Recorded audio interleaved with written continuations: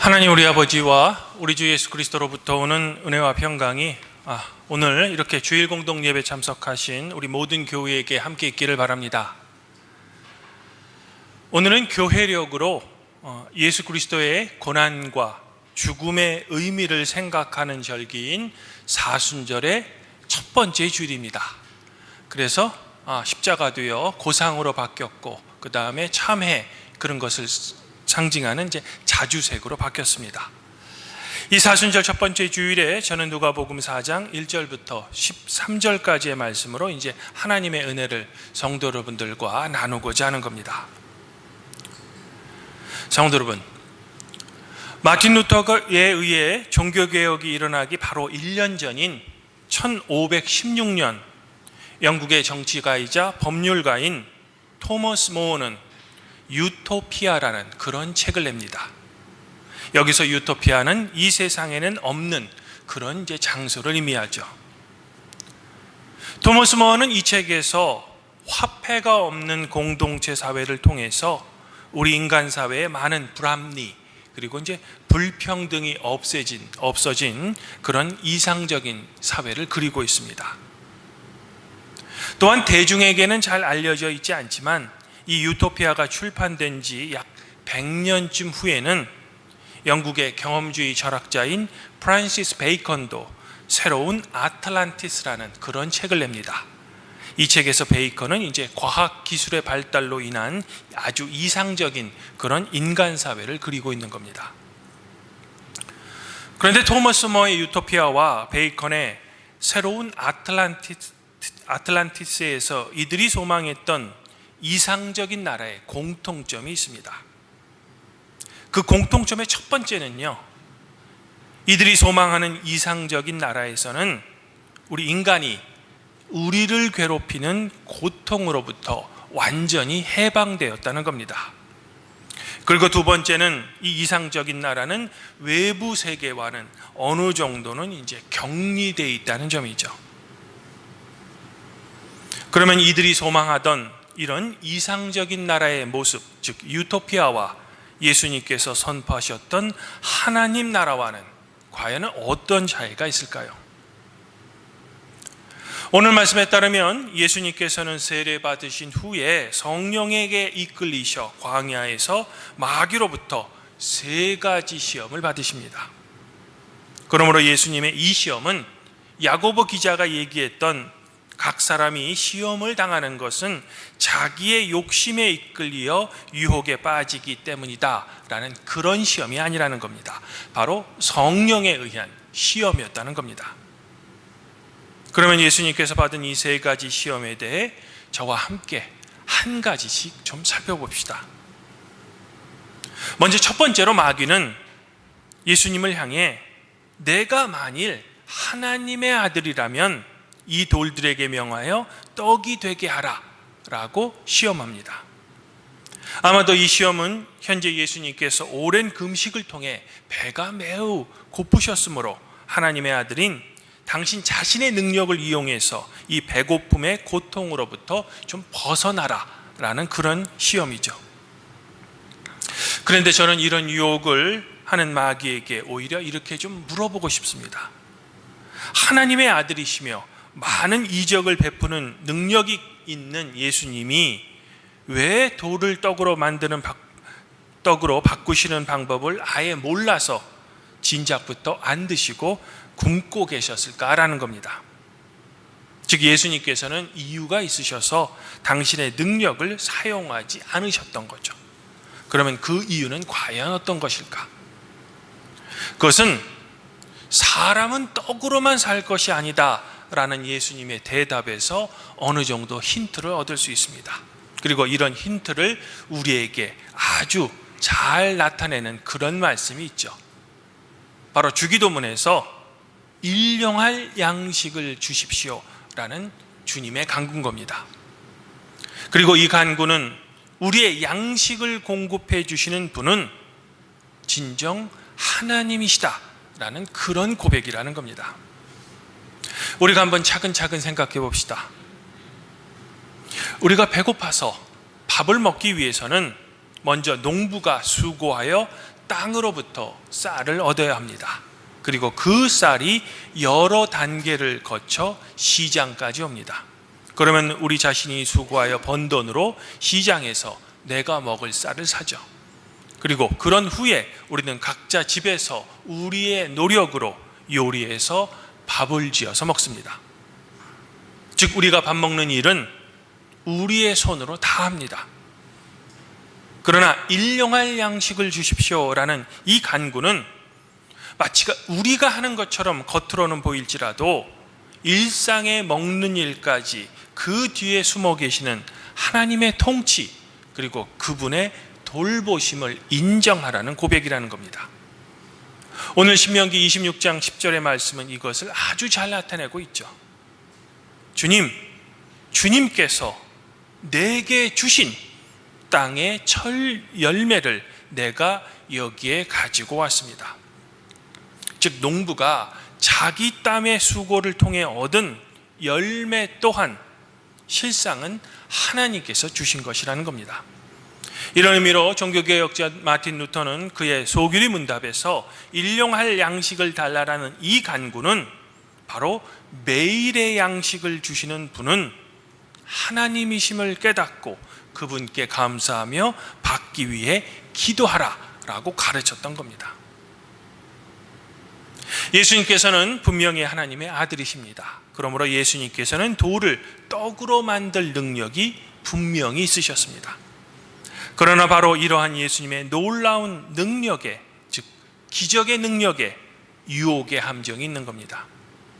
만일 예수님께서 배고픔의 고통에서 잠시 벗어나기 위해 마귀의 요청대로 했다면 그것은 첫 번째로 일용할 양식의 가장 원천적인 근원인 하나님의 통치하심과 돌보심을 거부하는 행동이 된다는 겁니다.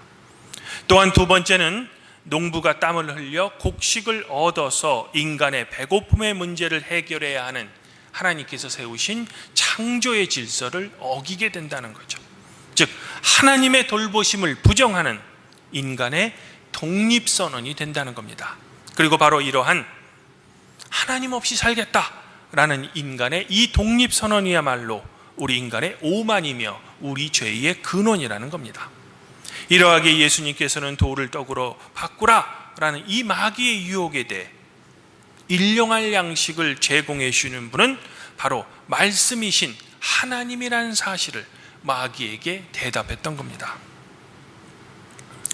사랑하는 성도 여러분, 그러나 우리는 예수님께서도 당신을 위해 사용하시기를 거부하셨던 이 놀라운 능력을 내가 소유하기를 우리의 마음속으로는 언제나 욕망한다는 겁니다. 그리고 이러한 욕망으로부터 나오는 우리의 인간의 행위란 어떤 정당한 노력 또는 정당한 절차 없이 그저 권력이나 다수의 횡포 또는 돈의 힘으로 우리 인간사회 일들을 처리하고자 한다는 겁니다. 물론 대다수의 사람들은 이런 행위가 잘못되었음을 지적하죠.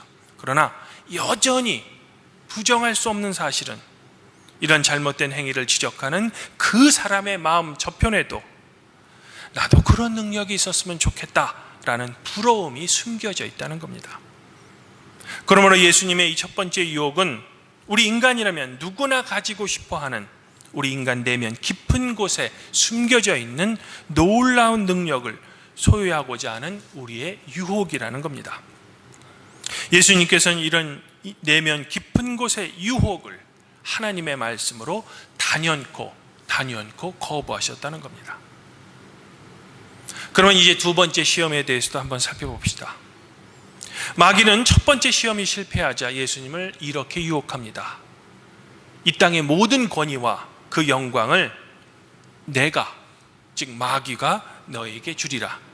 이것은 내게 넘겨준 것으로 내가 원하는 자에게 주노라. 그러므로 내가 만일 나에게 절한다면 다 너의 것이 될 수 있다.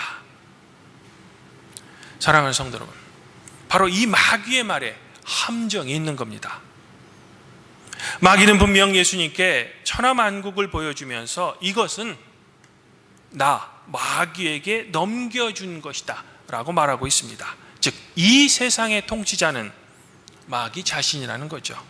그러므로 예수님께서 이 세상의 통치자인 자기에게 절한다면 이 세상의 통치권을 예수님께 이양해 주겠다는 겁니다.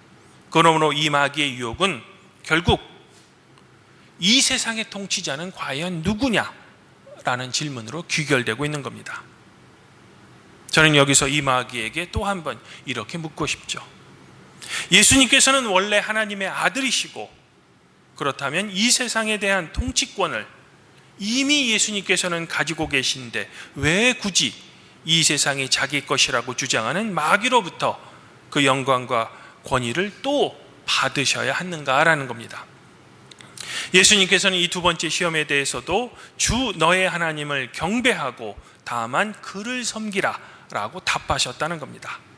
즉 예수님께서는 하나님의 아들로서 이 세상을 통치하시는 진정한 왕은 마귀 네가 아니라 바로 하나님이시며 그러므로 나는 오직 그분만을 섬기겠다라는 의지를 분명히 밝히신다는 겁니다. 그리고 이 두 번째 유혹 또한 우리 그리스도인과 깊은 상관이 있다는 겁니다. 즉 여러분도 이 세상의 통치자는 과연 누구냐? 하나님이냐? 마귀냐?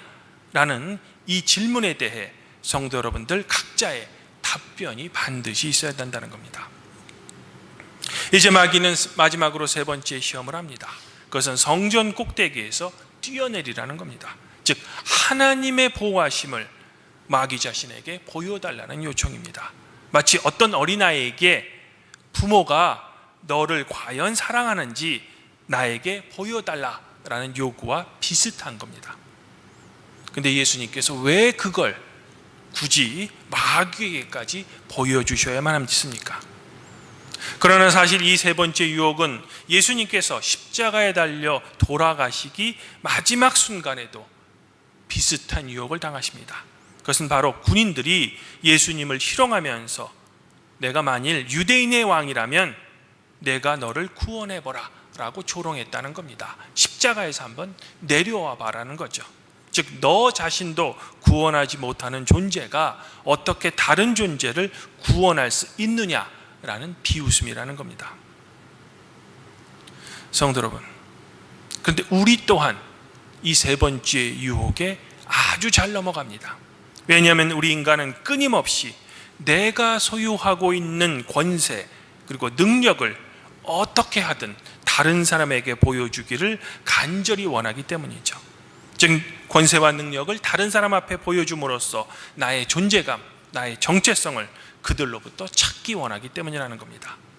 이처럼 우리 인간은 끊임없이 다른 사람으로부터 존경과 인정을 갈망하고 있다는 겁니다. 그래서 다른 사람의 존경과 인정을 받지 못하면 심지어는 내가 가진 권력을 사용해서라도 다른 사람으로부터의 존경과 인정을 강요해낸다는 겁니다. 하지만 예수님께서는 하나님의 아들로서의 권위를 다른 사람의 유혹과 조롱에 보여주지 않으십니다. 왜냐하면 예수님의 권위는 바로 다름 아닌 하나님께서 인정하시기 때문이죠. 그것 자체가 예수님에게는 충분했다는 겁니다. 아울러 예수님께서는 당신의 자신의 구원조차 하나님으로부터 와야 한다는 것을 우리에게 알려주는 겁니다. 즉 구원은 내가 성취하는 것이 아니라 철저하게 외부로부터 와야 한다는 겁니다. 또한 구원은 나 자신을 위한 것이 아니라 철저하게 다른 사람을 위함으로부터 구원은 와야 한다는 거죠. 성도 여러분, 저는 지금까지 예수님께서 마귀에게 당하신 이 세 가지 시험에 대해 한 가지씩 살펴보았습니다. 이를 정리하면 이렇습니다. 이 세 가지 유혹 전체는 바로 우리 인간의 실존의 문제를 다룬다는 겁니다. 또한 이런 인간의 실존의 문제는 바로 하나님 나라와도 연결될 수 있죠. 그러면 하나님 나라는 도대체 어떤 나라란 말입니까? 하나님 나라는 우리가 죽어서 가는 어떤 천상의 장소가 아닙니다. 하나님 나라는 이미 예수님께서 우리 인간의 역사에 개입하셔서 이 땅에 오시는 그 순간 이미 시작되었습니다. 다만 아직 완성되지 않았을 뿐이죠. 그러므로 하나님 나라는 유토피아가 아니라 바로 여러분 속에 실존하는 진짜 나라라는 겁니다. 유토피아와 같은 이 세상에 존재하지 않는 나라가 아니라는 겁니다. 즉 이 순간에도 여러분께서 예수님을 통해 하나님과의 올바른 관계, 즉 하나님과 화평의 관계가 있다면 여러분은 이미 하나님 나라에서 하나님의 자녀로 살고 계시다는 겁니다. 하지만 하나님 나라는 아직 완성되지 않은 나라이기에 여러분이 겪어야 하는 고통 그리고 아픔이 여전히 여러분 곁에 실존하고 있다는 겁니다. 즉 우리가 살고 있는 이 치열한 삶의 현장이 바로 하나님 나라라는 겁니다. 그러므로 인간이 소망하던 유토피아에는 배고픔, 차별의 문제가 해결되었을지는 모르지만 우리 속에 시작된 하나님 나라에는 여전히 우리를 괴롭히는 배고픔의 문제, 자기 정체성의 혼란, 불평등의 문제가 여전히 여러분 곁에 존재한다는 겁니다. 그럼에도 여러분이 두 발을 딛고 지금 서 있는 이 삶의 현장에서 가장 중요한 것은 여러분이 과연 하나님과 올바른 관계에 서 있느냐라는 거죠. 그리고 이것은 바로 하나님의 통치를 인정하는 것으로부터 출발한다는 겁니다. 바로 여러분에게 양식을 주시는 분은 하나님이시며 여러분의 정체성 또한 하나님으로부터 온다는 것을 분명히 인정한다는 겁니다. 그리고 이러한 하나님의 주권을 인정했을 때 비로소 우리의 삶은 그리스도 예수 안에서 화평해진다는 겁니다. 더불어 인간이 꿈꿔오던 유토피아는 세상과 어느 정도는 단절되어 있었습니다. 그러나 현재 진행형인 하나님 나라는 결코 세상과 고립되어 있지 않습니다. 아니, 하나님 나라는 오히려 세상을 향해 활짝 열려 있죠. 그리고 이렇게 열린 하나님 나라의 문을 통해 심령이 가난한 자, 고통받는 자, 굶주린 자가 하나님 나라에 들어올 수 있는 겁니다. 또한 이런 이유가 우리 그리스도인과 교회가 이 세상에 명백하게 존재하는 불의와 악과 치열하게 싸워야 하는 이유입니다. 과거 우리 한국교회는 신앙의 내면화를 외치면서 교회는 정치적이며 사회적인 문제에 대해 목소리를 내서는 안 된다고 했습니다. 즉 교회는 정치와 사회와는 분리되어서 개인적이며 영적인 것만을 추구해야 한다는 거죠. 이런 결과로 한국교회는 이 사회를 향해 높은 담을 스스로 쌓아서 교회 스스로 세상으로부터 고립된 겁니다. 하지만 이런 사회적으로 고립된 교회의 모습은 사람들이 꿈꿔오는 유토피아는 될 수 있을지언정 참된 교회의 모습은 아닐 겁니다. 사랑하는 성도 여러분, 우리 기독교의 신앙은 분명히 개인적인 체험과 신앙이 명백하게 존재합니다. 그러나 분명한 것은 공동체성, 아니 조금 더 확장하면 사회의 공공성이 빠진다면 그것은 절름발이 기독교 신앙이 될 겁니다. 이것은 누가복음에 기록된 예수님의 취임 설교에서도 분명히 알 수 있습니다. 예수님께서는 회당 첫 설교에서 이사야 선지자의 말씀을 읽으신 후에 가난한 자에게는 복음을 전하게 하시려고 나에게 기름을 부으시고 나를 보내사 포로된 자에게는 자유를, 눈먼 자에게는 다시 보게 함을 전파하며 눌린 자를 자유롭게 하고 주의 은혜를 전파하게 하심이라 라고 선포하셨죠. 즉 배고픔의 문제, 자유의 문제, 사회복지의 문제에 대한 하나님의 공평과 정의를 전파하며 주님의 희년의 해를 선포하시기 위해 예수님께서는 이 땅에 오셨다는 겁니다. 그리고 바로 이러한 인간 실존에 대한 시험을 마귀로부터 이겨내시고 하나님 나라를 선포하셨던 겁니다. 그러므로 복음과 하나님 나라에는 개인의 신앙을 뛰어넘어 이웃을 향한 사랑 그리고 공동체를 향한 배려가 반드시 있어야 한다는 겁니다. 주님 안에서 한 형제자매인 팔복교회 성도 여러분, 저는 이제 마지막으로 오늘 말씀에서 한 가지 반을 덧붙이면서 저의 설교를 정리합니다.